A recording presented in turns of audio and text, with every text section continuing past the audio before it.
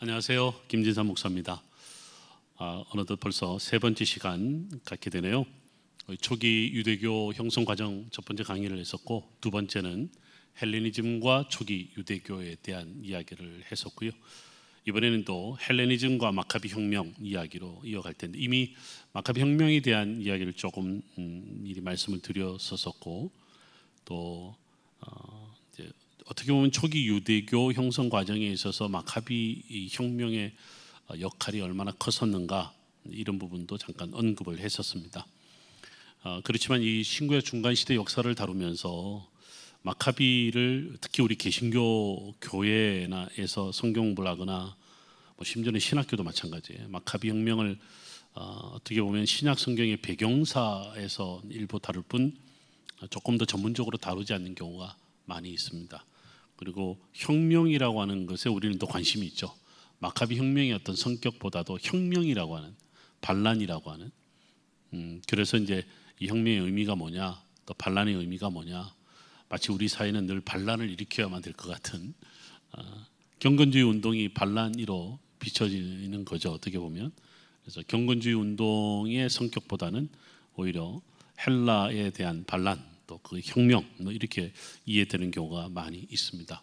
저희는 그러나 어디에 포커스를 두냐면 헬레니즘에 저항한 경건주의 운동, 이렇게 마카비 혁명을 이해해 보자라는 겁니다. 지금 우리 화면에서 보시는 것처럼 안티오코스 에피파네스 4세의 유대인 박해, 주전 175년 이렇게 이야기를 했는데요.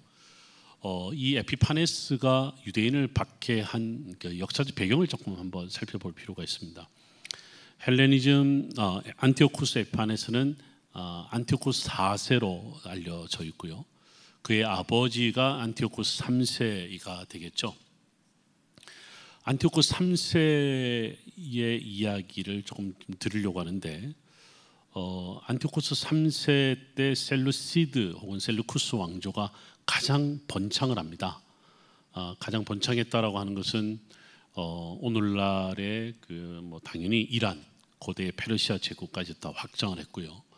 그 다음에 오늘날 터키, 신약 성경 시대는 아나톨리아 이렇게 불렸고, 구약 성경 시대에는 헷 족속의 뿌리가 되는 바로 히타이트. 히타이트는 물론 주전 1500년경 전후로 인해서 이제 일부가 이제 몰려왔다라고 알려져 있지만, 그 지역의 하트 혹은 하티라고 하는 부족에 의해서 시작된 하나의 종족이 이제 어떻게 보면 제국이 됐다, 이렇게 볼 수가 있는 거죠. 하티, 히타이트에서 우리 구약 성경의 헷 족속으로 이제 들어오게 되는데, 헷 족속 혹은 히타이트 땅까지도 이 셀루시드 왕조가 굉장히 많이 세력을 확장을 합니다. 자, 그런데요, 안티오코스 3세가 확장할 당시 때에 지중해 너머에는 어느 세력이 지금 계속 세력을 넓혀 왔었냐면 바로 그 유명한 로마 제국입니다. 로마 제국에는 주전 700년대 전후로 해서 로마 제국이 시작을 알립니다만, 로마는 이미 어떻게 보면 고대 그리스의 많은 영향을 받으면서 로마는 그 조그마한 그런 민족이 세력을 키워서 제국을 이루어져 가는 그런 과정이 있었죠. 로마가 세상에 등장하는 결정적인 전쟁 하나가 있습니다. 여러분 혹시 하니발 전쟁 이렇게 들어본 적이 있을 겁니다. 하니발 전쟁은 오늘의 튀니지죠. 튀니지의 그 카르타고 이제 이런 이야기 합니다만, 우리가 보통 그 전쟁을 하니발 전쟁으로 하고 별칭을 불러서 그렇지 정확한 이름은 포에니 전쟁이라고 말합니다.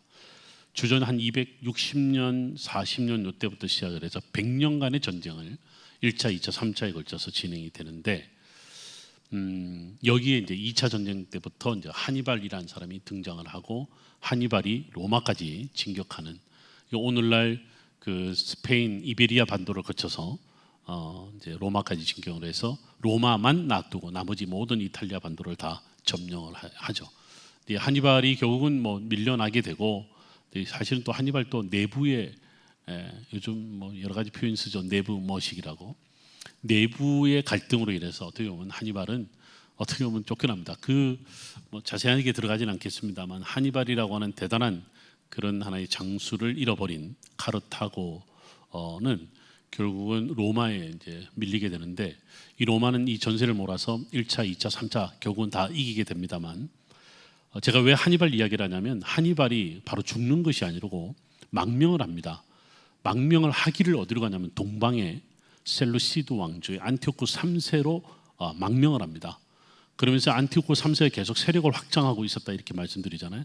그러니까 에게해를 중심으로 해서 오늘날의 그리스 로마는 로마에 의해서 확장되어지고 있었고, 그 다음에 이제 에게해 이제 동편에 있는 오늘날 터키는 안티오쿠스의 이제 이 3세에 의해서 세력이 확장되다 보니까 점점 충돌의 이제 직전까지 가게 되는 거죠. 이 와중에 하니발이 안티오쿠스 3세로 망명을 하게 되는 거죠. 안티오쿠스 3세는 입장에 있어서는 하니발의 망명은 천군 만마를 얻는 것과 같았습니다. 그래서 결국은 하니발이 이제 안티오쿠스 3세의 이제 군대를 이끌고 로마와 전쟁을 치릅니다만 결국은 완전히 폭망하게 되죠. 이때가 이제 주전 188년 전후가 됩니다. 주전 188년 연대를 좀 기억할 필요가 있는데요. 요 188년이 로마 제국이 동방으로 진출하는, 즉 에게해를 넘어서 동방으로 진출하는 결정적인 전투가 됩니다. 하니발이 이끄는 안티오쿠스 3세의 군대와 그 다음에 로마 제국과의 이제 이 전쟁, 엄청난 역사의 큰 변화를 가져오게 됩니다. 결국은 안티오쿠스 3세는 로마에 패망을 하죠. 어떻게 보면 진출한 땅 대부분을 빼앗기게 되는데 그 중에 대부분이 바로 아나톨리아, 즉 터키 땅이 다 빼앗기게 되는 거죠. 로마는 니들 안 없애줄게, 즉 셀루시드 왕조 그냥 계속해, 대신에 전쟁 배상금을 갚아라 이럽니다. 이 전쟁 배상금이 천문학적 숫자입니다. 갚을 수 있는 돈이 아닙니다.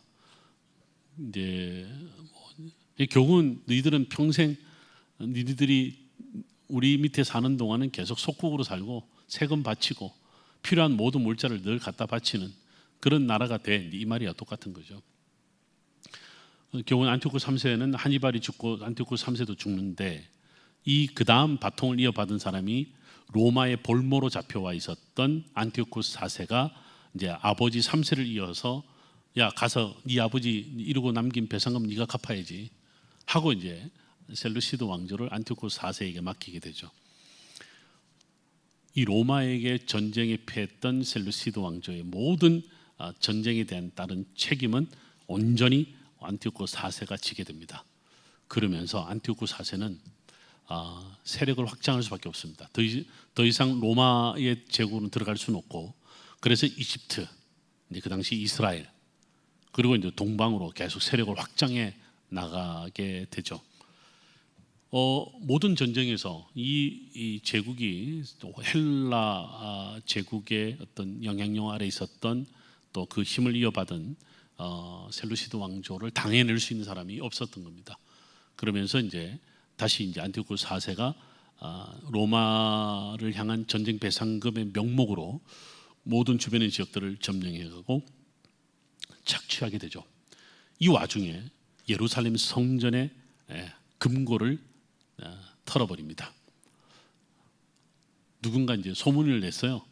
이집트 정벌에 나섰던 안티오쿠스 4세한테 예루살렘 성전 안에 돈이 많대. 그거 가져가. 근데 이것도 찔러준 사람이 역시 내부 갈등의 또 다른 하나의 축이었습니다. 유대인들 안에 바리새파와 사두개파 안에 뭐 이런 저런 갈등이 많은 그런 하나의 이야기가 되는 것처럼 결국은 대제사장직을 노리는 사람들이, 세력 다툼을 하는 사람들이 안티오쿠스 4세에다가 어떻게 보면 예루살렘 성전마저도 갖다 바치는 결과를 가져오죠. 이집트에서 이제 수도였던 오늘날의 안티오쿠스로 돌아가는 길에 예루살렘을 공격하고 예루살렘의 성전을 회파합니다. 이 와중에 모든 성전 안에 있었던 돈들을 금고를 털어서 가져가게 되죠. 뿐만 아니라 이제 예루살렘 성전의 제사를 훼손합니다. 이때부터 이제 예루살렘 성전의 돼지 피가 뿌려지고 되고 제우스 신전이 만들어지게 되는, 안티오쿠스 에피파네스를 숭상하는 동상들도 만들게 되는 거죠. 그러면서 스스로를 에피파네스하고 신의 현현이라는 이제 스스로 자칭 그렇게 이름을 부르기도 하는 거죠. 그러면서 이제 유대인들의 핍박이 시작됐다라고 하는 거죠.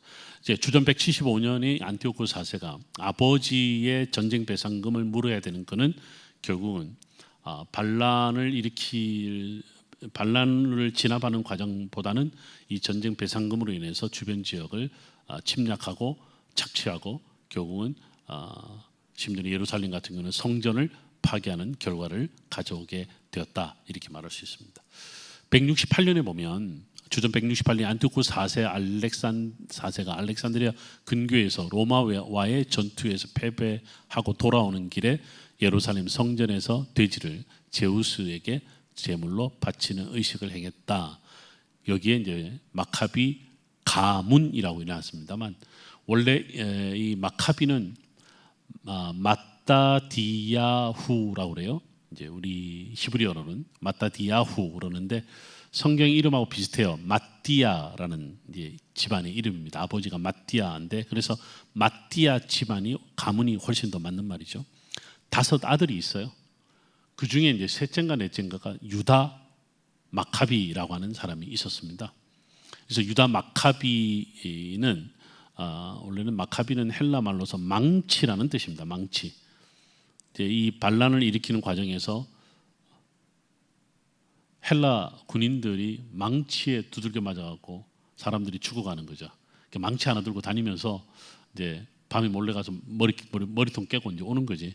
그래서 별명이 마카비 이렇게 붙여졌다 이렇게 알려져 있는데 어쨌든 마카비 마띠아 집안, 마따디야후 집안에서 반란을 시작하는데 이때 구호가 뭐였냐면 바로 하시딤 구호였다라고 하는 거죠. 그러니까 이제 경건주의 운동에 이제 신호탄을 쏴 올리게 되는 거죠. 마카비 집안은 예루살렘에서 서쪽 이제 요빠 항구로 내려가는 지점에서 약 한 20km 정도 떨어진 지점에 모디인이라고 하는 도시가 있어요. 지금도 있습니다. 그 지역의 제사장이었다라고 이야기를 하고 그에게 뭐 5 아들이라고도 하고 4 아들이라고도 합니다만 이 사람들이 이제 등장을 해서 전쟁을 치르게 되는데 사람들이 이렇게 말합니다. 나를 따르라. 우리는 이렇게 죽을 수는 없다. 이렇게 명예를 더럽힐 수 없다. 이런 기치를 내걸고 반란을 시작하게 됩니다. 164년에 예루살렘 성전을 탈환하면서 이제 성전을 재봉헌하게 되는데 이 봉헌하는 날을 수전절에서 성전을 수축한 날을 기념한다 해서 수전절. 히브리어는 하누카라고 하죠. 나중에 이제 이스라엘 가 보시면 회당을 볼 텐데요. 뭐 다른 나라에도 있는 회당을 보시면 똑같은 것을 보게 될 텐데 촛대가 회당을 밝히고 있는 회당 건물에 달려 있는 촛대를 보면 옛날 예루살렘 성전에 있었던 7 촛대가 아니고 9개 촛대입니다. 그 사람들은 다 묻습니다. 7개 촛대여야 되는데 왜 9개 촛대지요? 라고 질문을 합니다. 그래서 우리가 이렇게 말하죠. 7개 촛대는 히브리어로 메노라라고 하고요. 9개 촛대는 하누키야라고 말합니다. 메노라는 원래는 식물 이름입니다. 식물 이름 중에서 꼭 7 촛대를 같이 생긴 식물이 있어서 거기에서 이제 메노라라는 이름이 나왔고 하누카라고 하는 말은 이제 원래 이게 히브리어가 갖고 있는 다양한 의미가 있는데 하난이라고 하는 동사인데요. 하난이란 말에서 왔다. 뭐 이렇게도 이야기하고 뭐 하난이란 말도 있고 헨이란 말도 있는데 하나님의 은혜다. 또 하나님이 머문다. 뭐 다양한 그런 뜻을 갖고 있어요. 거기에서 이제 뭐 나온 말이다라고 이제 알려져 있습니다만 정확하게 하누카의 따로 의미는 이제 잘 알려져 있지는 않습니다. 근데 어쨌든 하누카라는 이제 이 절기가 만들어지고 이때 9개 촛대에 불을 밝히는데 그 촛대 이름을 하누카에서 나온 하누키야라고 사용을 하게 됩니다. 왜 9개냐라고 하는 겁니다. 여기에는 마카베오 상하를 읽어보면 흥미로운 이야기를 만날 수 있습니다. 9개 촛대 중에 보면 중앙에 하나가 올라와 있고 나머지 양쪽에 4개가 이렇게 되어 있는데 중앙에 있는 것은 샤마시라고 해서 이제 보통 항상 켜 있는 불처럼 마치 꺼지지 말아야 되는 불처럼 그런 하나의 심볼이 되고요. 4개가 되는데 이게 4개가 8이죠. 8일인데 이거는 뭘 상징하냐면 8일을 상징합니다. 8일이라는 게 뭐냐면 마카비 혁명이 일어났는데 성전을 되찾았는데 성전 안에 올리브 기름, 즉 성전에 불을 밝히는 올리브 기름이 하루치밖에 없는 거죠. 그래서 이제 이 혁명이 일어나고 성전을 되찾는 중에서 찾은 이 올리브 기름에 7촛대 불을 밝히는데 보니까 이 하루치의 올리브 기름이 무려 8일 동안 타 들어갑니다. 기적인 거죠. 그래서 이 8일 동안 타 들어가는 것을 기념해서 지금도 한우카가 되면 9개 촛대 중에 8개를 매일 하나씩 불을 밝힙니다. 불을 밝히면서 바로 우리가 기도하며 또 성전을 되찾았다라고 하는 그런 의미로 하누키아라고 하는 촛대에 8개에다 불을 밝히면서 8일 동안 어떻게 보면 하루치의 그 기름이 8일 동안 탔다 이런 이야기를 하죠. 근데 어떤 분들은 이렇게도 질문합니다. 왜 하필 8일이냐고 또 이렇게 질문합니다. 제가 왜 저한테 물으세요? 이제 이야기하는데 왜 그런 질문을 하냐면 8이 그 당시에 아주 중요한 심볼 역할을 했었다라고 해요. 그거 갖고 연구하는 사람도 있습니다. 태어난 지 8일 만에 팔복, 지금 말하는 이제 마카비 혁명의 8일. 그래서 이 8이라는 숫자 자체가 하나님의 어떤 약속한 것을 이루는 하나의 심볼로 이 8이라고 하는 부분이 그 당시에 굉장히 유행하는 숫자였다. 이렇게도 알려져 있습니다. 실제로 이제 아까도 말씀드린 것처럼 8과 관련된 하나의 전승이 있는 거죠. 예전에 그 1988년에 일어났던 베이징 올림픽 때도 재미있는 일이 있었다면서요. 저도 나중에 들었습니다만 중국인들이 8을 그렇게 좋아한대요. 그래서 1988년 8월 8일 밤 8시에 올림픽을 시작했다. 이렇게도 알려져 있더라고요. 그래서 거기도 이제 8을 굉장히 중요하게 생각하고 축복의 숫자다. 이렇게 이야기를 한다고 그래요. 성경 이야기가 거기까지 갔나? 마치 아까 누가 질문하는 것처럼 단지파 이야기가 우리 단군이 됐나? 이렇게 이야기하는 것처럼 역사적 근거가 없는 이야기입니다. 모르겠어요. 문화적인 이제 8과 관련된 연관성이 있을 수도 있겠지만 이제 어쨌든 하나의 썰 중에 이제 하나가 되는데 그만큼 이스라엘에서 그 당시 1세기에 주후 1세기에 또 주전 1세기도 마찬가지 주후 1세기에 8이라고 하는 것은 축복의 통로 숫자로 많이 알려져 있는 것은 유대인들의 문헌에도 잘 나타나 있습니다. 자, 이때 이제 하누키아의 불을 밝히는 전승은 오늘날까지도 이제 여전히 하누카가 되면 불을 밝힙니다. 그런데요, 저 당시에 164년 하누카가 언제 있었냐라고 할 때 12월 달에 있었고 12월 25일 전후였다 라고까지 이야기하는 사람이 있습니다. 자, 이것을 어디까지 연관을 시키냐면 예수님 탄생하실 때 기억하시겠습니다만 인구 조사 때문에 예수님의 부모님이 이제 베들레헴을 찾아오죠. 유다 땅을 찾아오죠. 그때 이제 아마도 총독의 또는 왕의 어떤 그 명령에 따라서 자기들이 본가로 돌아가서 호적을 정리하라 왔을 수도 있지만 아마도 유대인들의 절기를 아마 이용을 해서 절기 때 어차피 너희들 다 가족들 모이니까 그때 가서 호적을 신고하라 이런 거 아니었겠느냐라고도까지 이야기를 하는 거죠. 근데 그 시점이 바로 12월 24일 전후였다. 이런 이야기로 합니다. 보통 우리가 예수님 탄생 시기 갖고 콘스탄티누스 대제의 태양력에 따라서 어쩌고 저쩌고 이야기를 가끔 들어보는데 저희는 유대 명절의 수전절 즉 하누카 절기가 12월이고 이 12월에 바로 이제 많은 유대인들이 모여드는 그때 당시 예수님이 탄생하지 않았겠는가. 그래서 예수님 탄생시키는 12월 달이 맞다 이런 이야기를 2000년 전에 하누카 절기와 관련해서 이야기하는 경우가 많습니다. 실제로 오늘날 예루살렘에서 12월 달을 보내보면 예루살렘이나 유대인들은 예수님을 믿지 않으니까 캐롤성 어느 한 소리도 못 듣고 크리스마스 추리도 볼 수는 없지만 어디 가면 듣고 볼 수 있냐면 베들레헴을 가면 보고 들을 수 있습니다. 베들레헴에는 아랍계 크리스찬들이 꽤 많습니다. 특히 이제 그리스 정교회, 아르메니안 정교회 신자들이 꽤 많이 있어요. 예수님 베들레헴에 가면 그 예수님 탄생교회라고 하는데 나중에 우리 방문하게 될 겁니다. 거기에 보면 많은 정교회 수도사들도 있고 교인들도 볼 수가 있는데 거기 가면 성탄절을 보냅니다. 베들레헴에는 매년 12월 1일이 되면 그 크리스마스 그 추리 점등식을 합니다. 점등식을 하는데 우리나라 마치 서울시 앞에 서울 광장에서 점등식을 하는 것처럼 베들레헴 광장에서 지금도 점등식을 합니다. 많은 사람들이 이제 찾아오는데 그때가 12월 달이고 하누카도 12월 달이다라고 보면 예수님 탄생 시기와 하누카 이야기를 연결하는 그런 하나의 절기들도 있기도 합니다. 자, 드디어 164년에 마카비 혁명이 성공하고 예루살렘을 탈환하고 예루살렘 성전을 재봉헌합니다. 그것 때문에 생긴 것이 요한복음 10장에 나오는 수전절, 유대인들은 하누카라고 말씀을 드립니다.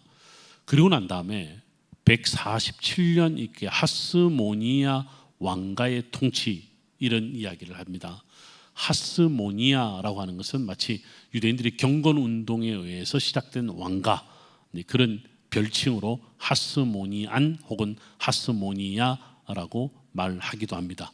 하스모니아 왕조가 시작이 됐는데 이 하스모니아 왕조가 시작되는 그 역사 배경을 보면 147년 전후에 무슨 일이 있었냐면, 아까 왜 그 셀루시드 왕조, 프톨레미 왕조 이야기를 했고, 셀루시드 왕조가 바로 이제 안티오쿠스 4세 때까지 왔고, 안티오쿠스 4세가 예루살렘 성전과 성전에 있는 보물을 훔칠 뿐만 아니라 제우스 신전을 만들어서 돼지에게 절하게 만들었던 것 때문에 반란이 시작됐다, 이런 이야기를 한 적이 있었는데요.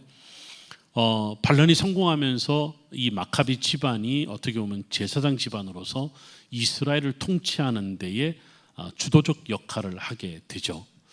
주도적 역할을 하는데 하스모니아 왕가가 시작됐다라는 것을 무슨 기점으로 하냐면, 그 당시에 시므온이라고 하는 유다 그 형제들 가운데 유다 마카비도 이미 죽었고, 그 다음에 요나단도 이제 죽었고, 누가 남았냐면 시몬이라고 하는 이 마카비 형제 중에 한 사람이 남았는데, 이 사람이 정권을 잡으면서 무슨 딜을 하냐면 셀루시드 왕조와 함께 우리는 이제 셀루시드 왕조에게 세금을 바치지 않겠다, 이렇게 선언을 합니다. 이것은 아마도 로마의 힘을 이제 어떻게 보면 기대했는지도 모를 겁니다.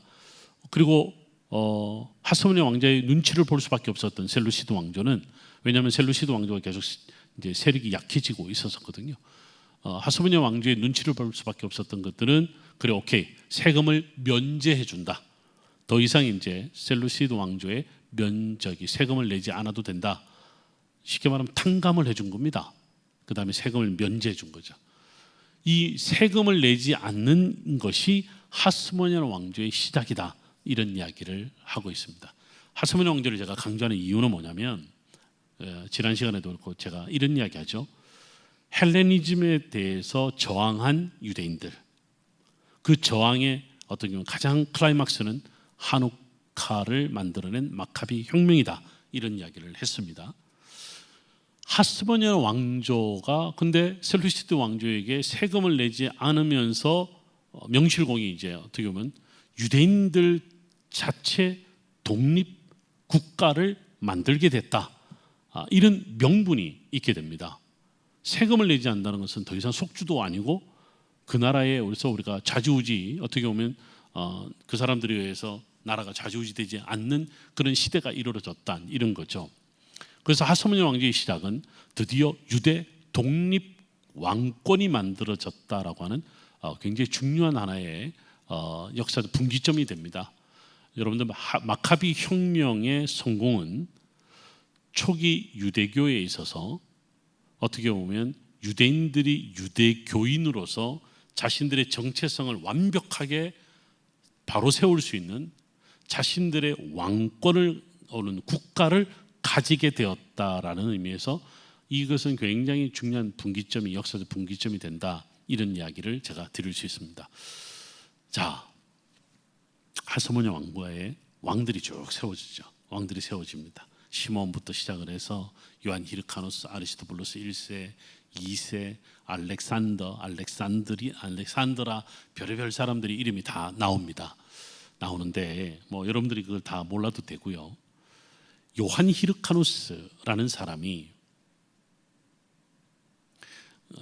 그냥 제 버전으로 한번 말씀드려 볼게요. 고민에 빠졌어요. 어떤 고민에 빠졌냐면 독립 왕조를 만들었는데 우리가 과연 여전히 헬라 문명 아래에 있고 어떻게 보면 유대 사회 모든 엘리트들이 여전히 헬라 문화를 환호하고 있고 우리가 과연 진정한 독립 왕조인가? 제가 이제 요한 히르카누스라고 생각하고 스스로 이제 반문하듯이 대화를 해봅니다. 이래서는 안 되겠다. 우리가 완전히 어떻게 보면 독립 왕조로서 우리가 자리를 잡아야 되겠다. 그러면 이게 뭐가 좋을까? 왜냐하면 자기가 집안이 왕은 아직은 아닌데 이제 그 다음 세대 왕을 세워주는데 명분을 어떻게 만들지? 우리가 왕가로서의 명분을 어떻게 만들지? 그러면 다윗 왕조는 아니지만 다윗 왕조에 걸맞는 업적을 만들어야 되겠다라고 생각했던 모양인가 봐요. 그래서 요한 히르카누스가 뭘 하냐면 땅을 정복하고 영역을 넓혀갑니다. 넓혀가는데 어디까지 넓히냐면 다메섹까지 올라갑니다. 남쪽은 어디까지 가냐면 시나이 반도까지 내려갑니다. 동쪽으로는 오늘 요르단 지역까지 다 가고 페트라까지 갑니다. 이 지역을 넓히는데 지역을 넓히는 게 무슨 명분이냐라고 할 때요. 후대학자는 어떻게 평을 하냐면 요한 히르카누스가 확장하는 땅을 가만히 보니까 다윗이 땅을 확장한 거와 거의 유사하네 라고 오늘날 학자들이 평가를 하는 거예요. 그럼 요한 히르카누스는 왕가의 자신들이 왕이 될 수 있는 앞으로 누군가는 왕이 되는 자기 집안의 왕이 되려면 명분을 만들 때 다윗이 점령한 땅을 다 찾는다라는 데서 명분을 찾게 되는 겁니다. 이 과정은요 후대에 어떤 결과를 가져오냐면 여러분들 이때 당시에 유다는 아주 그렇게 큰 땅은 아니었어요. 옛날에 남유다하고 달라요. 속주로 나눠져 있었을 때 유다 밑에 어떤 속주가 있었냐면 이두메라고 하는 속주가 있었고요. 그 위에는 사마리아, 갈릴리 이렇게 나누어져 있었어요. 요한 히르카누스가 이두메를 비롯해서 갈릴리 지역, 사마리아 지역을 다 점령하면서 시민권을 발행합니다. 너도 유대인이고 나도 유대인이고 다 유대인 하자.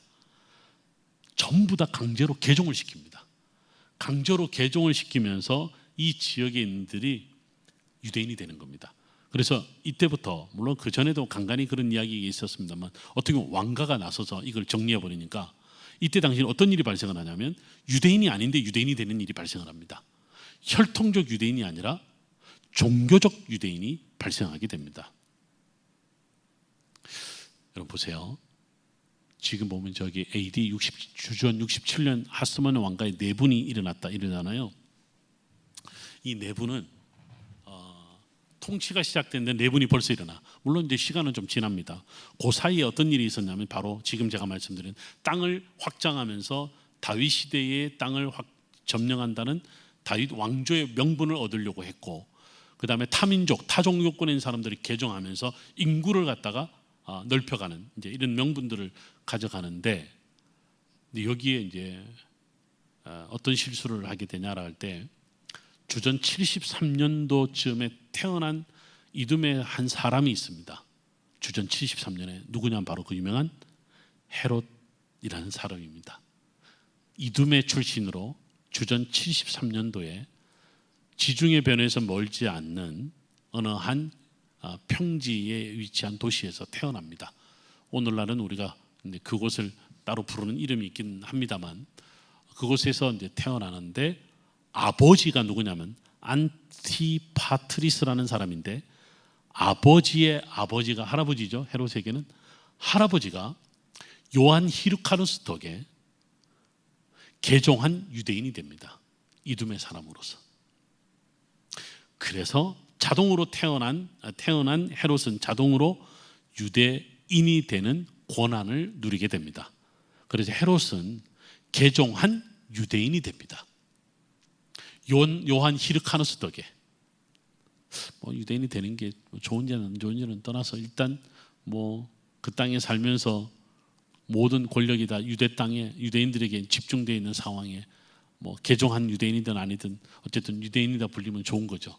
그래서 결국은 하스모니아 왕가의 요한 히르카누스 시대에 이둠의 사람 헤롯이라는 사람이 드디어 등장하면서 유대교로 개종하고 유대인이 됩니다. 후대의 유대인들은 이 헤롯을 뭐라고 부르냐면 사생아라고 부릅니다. 유대인의 사생아. 뭐 혈통적으로 유대인이 아닌 사람은 지들이 만들어 놓고 지들이 또 사생아다 이렇게 이제 부르기 시작하는 거죠. 자, 이제 주전 67년에 이 자리를 두고 또 싸우기 시작합니다. 형제간의 반란이 일어납니다.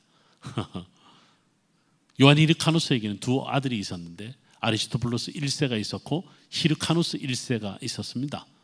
이 싸움이 벌어지는데 이 싸움에 이 두 사람을 중심으로 종파가 달라붙어서 같이 싸움판에 또 싸움이 벌어집니다. 이 종파가 다름 아닌 사두개파와 바리새파입니다. 사두개파 바리새파는 이미 하스모니아 왕조가 이미 만들어지기 전후부터 발생을 했고요. 세력화되지는 않았었는데 하스모니아 왕조가 점점 내분이 일어나고 서로 나눠지면서 이 과정에서 바리새파와 사두개파가 나름의 자기들의 위치 또는 자리를 챙기면서 어떻게 보면 이 갈등을 더 부추기게 되는 거죠. 바리새인과 사두개파, 여러분들 사두개파라고 하는 말이 사독이란 말에서 왔고 사독은 제사장 계열이 되는 거죠. 물론 레위 계열도 있습니다. 레위 계열도 있긴 한데 사두개파가 주도권을 가지고 있었던 대제사장의 사람들인 사두개파, 성경을 해석하고 성경 학교를 통해서 어떻게 보면 그 모든 사람들이 다 성경을 배울 수 있도록 회당을 만들어서 성경 학교를 열어서 어떻게 보면 따르도록 했던 바리새파가 있었던 거죠. 자, 이 바리새파와 사두개파가 하스모니아 왕조를 억지로 받아들이지만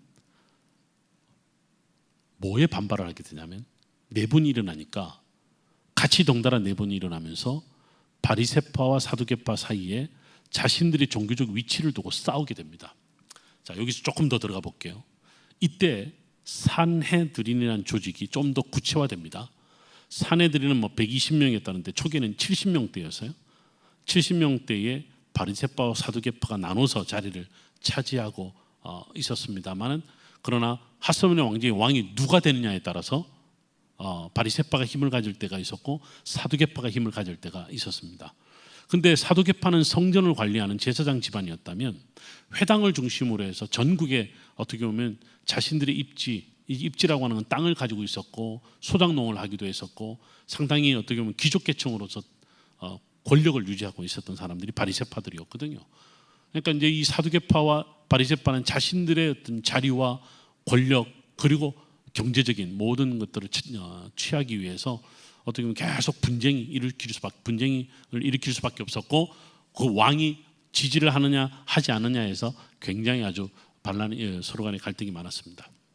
이 과정에 이 꼴 저 꼴 다 보기 싫다. 이게 뭐 하는 짓이냐.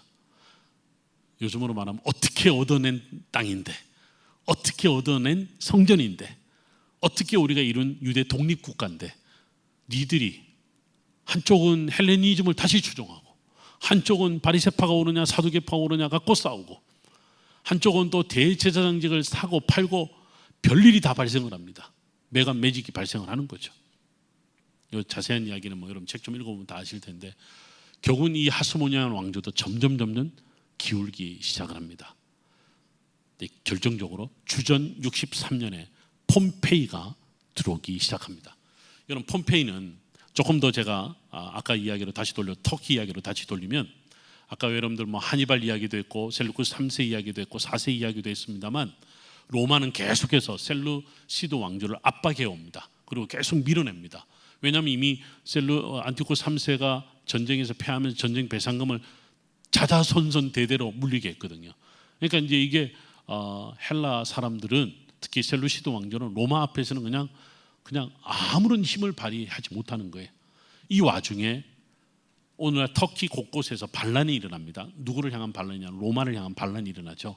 왕국들, 곳곳에 있는 왕국들이 그 중에 여러분들 왜 리디아라고 하는 이름도 들어봤을 때 리디아 왕국, 버가모라는 말도 들어봤는데 버가모 왕국, 저 위에 여러분들 오늘 터키에서 북쪽 지역이 흑해인데 흑해 쪽에 뭐 트라부존스 뭐 이런 것도 들어봤습니다만 그 지역을 우리 성경에는 본도라고 말해요. 본도, 폰투스죠. 본도. 이 모든 지역의 왕국이 일어나면서 로마에 저항을 합니다. 그러면서 이 로마를 향해 저항을 하니까 역시 또 로마의 장군들이 또 정벌하러 나서죠. 이때 나섰던 사람이 그 유명한 폼페이입니다. 폼페이가 나서면서 오늘날 터키 땅을 이제 로마에서 출발해서 그리스, 터키 땅을 다 초토하면서 어디까지 내려오냐면 다메섹까지 내려오고 드디어 이제 이스라엘뿐만 아니라 터키까지 통치하게 되는 그런 하나의 와중에 이 폼페이가 들어오니까 그러면 왕가의 사람들은 어떻게 해야 될까요? 폼페이한테 가서 잘 보여야 될까요? 아니면 옛날에 안티쿠 3세, 4세에게 대들었던 것처럼 혁명을 일으켜야 될까요? 네, 잘 보이기 시작합니다. 어떻게 잘 보이냐면 아까 왜 요한 히르카누스 다음에 아리스토블루스 1세, 히르카누스 1세 이렇게 나왔죠. 나중에 이제 좀 다음 단계 내려오면 아리스토블루스 2세, 히르카누스 2세 이런 사람들이 등장해요. 여전히 이제 두 집안의 다툼이 계속 이어지는데 아리스토블루스 2세가요 돈을 싸들고 다메섹을 갑니다. 누구를 찾아가냐면 폼페이를 찾아갑니다. 그리고 이제 어떻게 해요? 잘 봐주세요. 내가 유대 땅에 정통이 있는 원래 집안의 자손입니다. 저를 왕으로 인정해 주십시오. 하고 폼페이를 만나지 못하고 폼페이가 그때 딴 데 잠깐 빠져나가 있었나 봐요. 돈만 주고 온 거예요. 그 뒤를 누가 이어서 오냐면 히르카누스 2세가 뒤를 이어서 옵니다. 히르카누스 2세가 와서 또 엎드립니다. 저는 가진 게 돈은 없지만 저는 충성하겠습니다. 하고 폼페이가 올 때까지 기다렸네. 이게 화근이 됐습니다. 누구에게 화근이 됐냐면 폼페이를 기다리지 않았던 아리스토블루스 2세. 그런데요, 히르카누스라고 뭐 그거 앉아 있고 싶었겠어요. 가고 싶었겠죠. 근데 옆에 다른 사람이 왕이요, 그러시면 아니 됩니다. 폼페이를 꼭 만나고 가셔야 됩니다.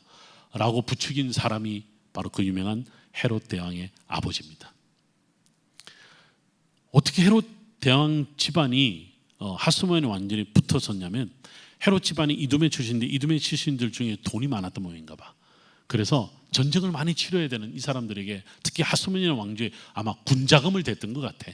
돈을 댔던 것 같아. 그러니까 이제 무시할 수가 없는 거죠. 그러니까 이제 결국은 깊숙하게 이스라엘 사이로 들어오게 되었다.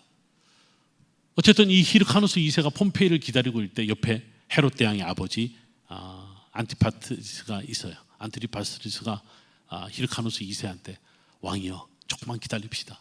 조금만 기다리면 저 총독이 돌아올 겁니다. 왕이 돌아올 겁니다. 폼페이가 돌아올 겁니다. 우리가 더 빌고 또 빌어봅시다. 아니나 다를까 폼페이를 만나게 되고 폼페이는 그 자리에 돈을 싸들고 왔지만 돌아가 버린 아리스토블루스를 내팽개치고 히르카누스 2세를 왕으로 인정해버립니다. 그러면서 누가 같이 뜨게 돼요? 헤롯 집안이 같이 뜨게 되는 거죠. 헤롯 집안이 같이 뜨게 되는 거죠. 이 과정에서 드디어 헤롯이라는 집안이 역사에 점점 등장하게 되고 그 다음에 하스모니아 왕조는 결국은 쇠락하게 됩니다. 쇠락할 수밖에 없는 게 로마와의 갈등이 계속 일어나니까 로마가 결국은 그냥 놔둘 수 없고 계속해서 총독을 보내든 누굴 보내든 간에 계속 압박하고 어떻게 보면 성전에서 딴지 못하도록 이제 그렇게 막고 있었던 그런 거죠. 자, 여러분들이 이제 로마 황제들이 등장하는 이제 하나의 지도가 되는데 우리 첫 시간부터 보여드린 저 지도는 제가 쓴 책에 있는 그 지도를 제가 가지고 왔어요. 연대표를 가져왔는데 제가 코로나 때 책을 몇 권 썼습니다. 역사와 지리로 만나는 성경 이야기, 구약편, 신약편, 워크북까지 6권을 만들었는데 이야기 북스라고 하는 출판사를 들어가 보면 여러분 보실 수 있습니다. 자, 어쨌든 지금 보시는 것처럼 로마 황제 이야기가 등장하는데 로마 황제는 여러분 잘 아시는 대로 옥타비아누스라고 하는 사람이죠. 아우구스투스 옥타비아누스 이렇게 이야기하는데 옥타비아누스는 누구냐면 바로 시저의 양아들입니다. 시저의 양아들인데 이제 시저가 암살당하고 난 다음에 양아들이었던 옥타비아누스가 그 반대파 세력이었던 안토니우스와 클레오파트라 7세를 물리치면서 명실공히 로마의 황제로 등극하게 되고 로마는 제정 군주 시대와는 다르게 완전히 황제 시대로 전환되는 아주 결정적인 계기를 갖게 됩니다. 아직 우리가 그 전에 직전의 것을 다루고 있는데요. 이때 이 하스모니아 왕조, 마카비 혁명에 의해서 들어선 하스모니아 왕조, 결국은 하스모니아 왕조도 이 지방 간의 내부 갈등으로 인해서 누가 누구를 더 누르고 내가 왕이 되는가, 여기에 오직 관심이 있었던 거죠. 그래서 폼페이가 들어오면 폼페이한테 갖다 엎드리고, 또 누가 들어오면 누구한테 가서 엎드리면서 그렇게 자신들의 왕권을 이어가려고 했던 것을 잘 알고 있습니다. 그런데 모사꾼이었던 헤롯의 아버지 안티파트리스의 이야기를 들었던 히르카누스 2세가 나바테안 족속이라는 저 오늘날 요르단의 페트라를 중심으로 일어났던 그 족속의 도움을 받아서 아리스토플루스 2세를 제거합니다. 그러면서 명실공히 헤롯 집안이 역사의 전면에 등장하고 하스모니아 왕조는 점점점 기울어서 멸망에 이르게 되는데요. 여러분 보시는 것처럼 63년까지만 제가 뭐 이제 폼페이가 들어온 이야기를 적어놨습니다만 그 이후에도 계속해서 이 로마의 죄송합니다. 하스모니아 왕조의 이야기는 끊이지 않고 계속 되어지는 것을 볼 수가 있습니다. 자, 제가 이제 이 세 번째 시간을 이렇게 한번 정리를 해 보려고 합니다. 마카비 혁명을 통해서 하스모니아 왕조가 들어섰고, 하스모니아 왕조가 한 100년의 역사를 가져가게 돼요. 주전 147년에 들어섰다가 나중에 이제 헤롯이라는 사람이 왕으로 등장하면서 하스모니아 왕조는 끝이 나게 되는데, 헤롯 이야기는 다음에 제가 또 할 테고요.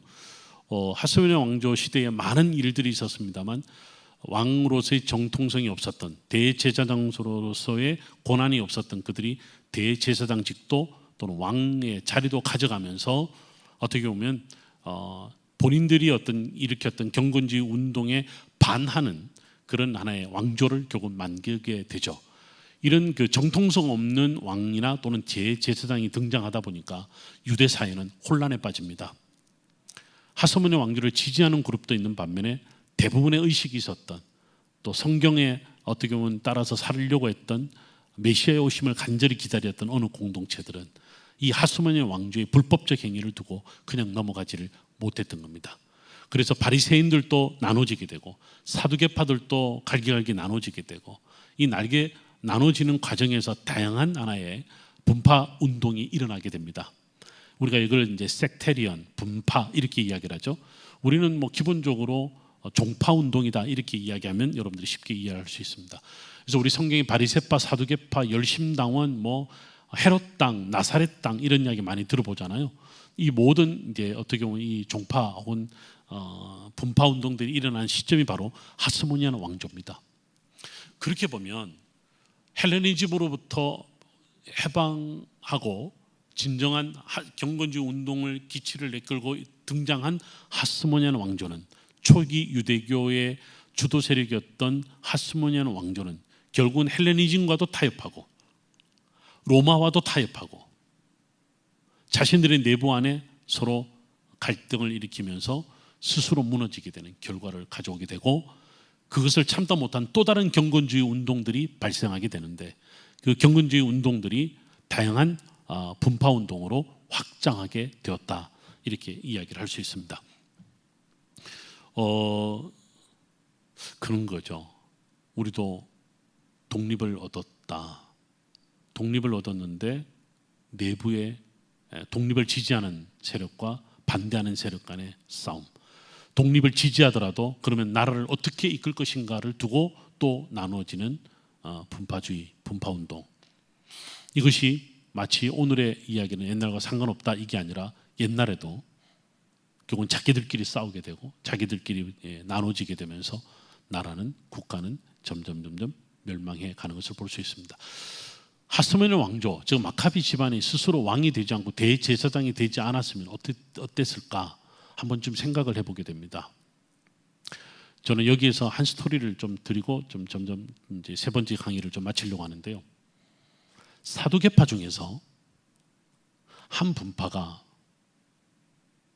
어디로 가서 정착하게 되냐면 오늘날 요단강 건너서 동편에 정착을 해요. 동편에 정착을 하는데 정착한 사람들이 거기도 정착을 하지 못하고 어디로 더 이주하냐면 이집트로 내려갑니다. 알렉산드리아와 함께 유대인들이 모이는 이집트의 헬라 도시가 있었는데 그 중에 하나가 레온토폴리스라고 하는 도시가 있었습니다. 레온토폴리스라고 하는 곳으로 왜 사독 계열의 한 분파가 사두개파 안에 한 분파가 내려갔을까라고 하는 겁니다. 뭔지 아세요? 여기에 성전이 세워져 있었습니다. 이게 뭐지? 옛날에 사마리아 사람들이 그리심산에다가 성전 만들었다라는 이야기도 들어봤지만 사두개파들이 가서 성전을 지었다? 아니면 유대인들이 이미 이제 돌아와도 되고 예루살렘 성전에 와 제사를 드려도 되고 전부 다 이제 어떻게 보면 유대 가족들이 전부 다 예루살렘에 와서 예배를 드려도 되는데 레온토폴리스의 성전은 뭐지? 라고 하는 겁니다. 이것도 역시 하스모니아 왕조가 낳은 불행한 결과입니다.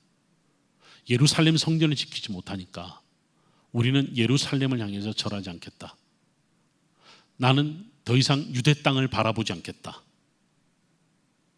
라고 하는 디아스포라에 정착하는 유대인들이 생겨나기 시작합니다. 여러분, 이건요, 오늘날도 이라크의 수도 바그다드에 가거나 이란의 수도 테헤란에 가면 유대인들이 있어요. 지금도. 그리고 회당도 있어요. 도대체 이 사람들은 언제부터 살아온 거야? 그렇죠. 옛날부터 살아온 거죠, 그냥. 굳이 우리는 이스라엘 안 돌아가도 돼. 유대 땅으로 안 돌아가도 돼. 죄송합니다. 저 모습을 볼 바에 나는 안 가는 게 낫지. 저기에 무슨 하나님이 있어 제우스 신전 만들어 놓고 돼지고기 맞고 돼지 피를 뿌리는 저 제단에 우리가 가서 뭐하냐. 하스모니아 왕조는 없고 하스모니아 왕조의 경건 운동은 사라졌고 더 이상 예루살렘에 우리는 구원의 통로로 삼지 않겠다 하는 세력들이 디아스포라에 점점 퍼지기 시작합니다. 대표적인 장소가 이집트의 레온토폴리스였습니다. 이곳으로 누가 가냐면 사두개파 일파가 갑니다. 그리고 그 사람들이 거기서 제사를 드리면서 이집트에 이미 정착한 이집트의 헬라계 유대인으로 정착한 사람들이 있는 거예요. 여러분들, 제가 오늘 두째 시간에 유대계 그리스도인 이런 이야기 있었죠. 유대인들 중에 예수님을 만난 예수님, 바울, 이제 우리 초기 그리스도교 공동체의 유대계 그리스도인 이야기를 했는데요. 지금 이 사람들은 레온토폴리스 헬라 세계로 다시 퍼져나간 유대인들을 가리켜서 부르는 말이 있습니다. 헬레니스틱 주라고 해요. 헬라계 유대인이라는 독특한 명칭이 하나 만들어지게 됩니다. 헬레니스틱 주라고 하는 이름이 만들어지게 됩니다. 여기에 누가 후대에 등장하냐면 필로, 라틴어로는 필로고 헬라어는 필론이라고 그러죠. 필로라고 하는 사람이 이집트의 수도 알렉산드리아에 등장하게 됩니다. 필로 혹은 필론의 이야기를 한번 여러분 인터넷 찾아보시면 아주 얼마나 유명했는지 중요한 사람인지를 알 수가 있는데요.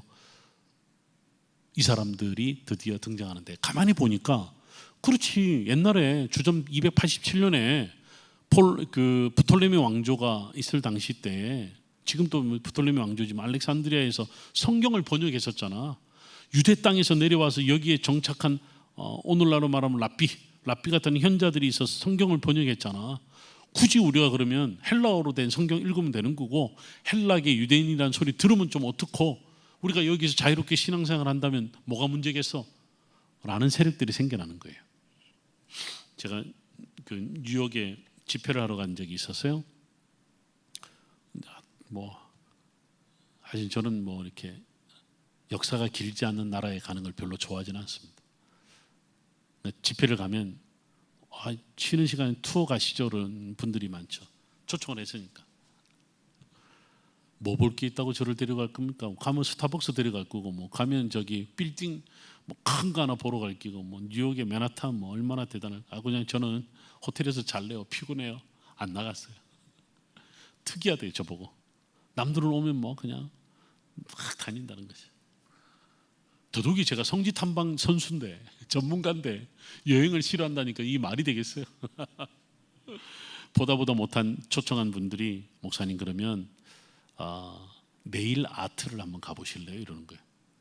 내가 네일 아트를 왜 가요? 아니요, 거기 가면 발 마사지를 참 잘해주니까 피곤하신데 한번 해드릴게요. 우리 집사님 중에 그거 하는 분이 있습니다. 이건 도저히 거절할 수 없어서 갔는데 쫙 옆으로 앉아있어요. 앉아있는데 나 빼고 다 여자들이더라고.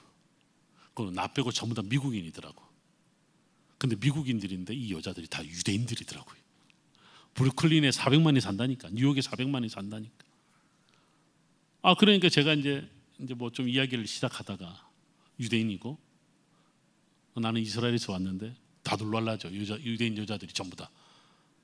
뭐 놀라, 나 거기서 이렇게 살고 저렇게 살고 이거 해 저것도 해. 그러니까 저한테 물어요. 너 히브리어도 아냐 이러는 거예요. 저보고. 그럼 거기서 석박사 있는데 다 히브리어로 했지 뭐 내가 무슨 뭘로 했겠어요. 뭐라고 그런 줄 알아요? 이 친구들이 우리는 히브리어 모르는데. 뭔 소리야?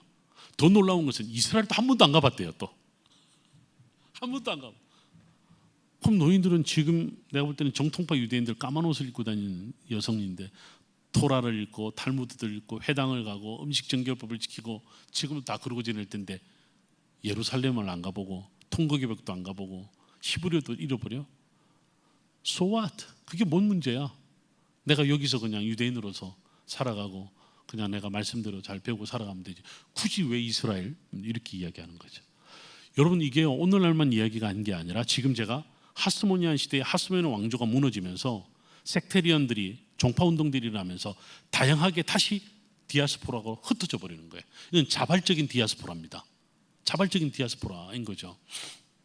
더더욱이 예루살렘 성전을 인정하지 않는 레온토폴리스의 성전으로 헬락의 유대인들이 모여들기 시작한 거죠.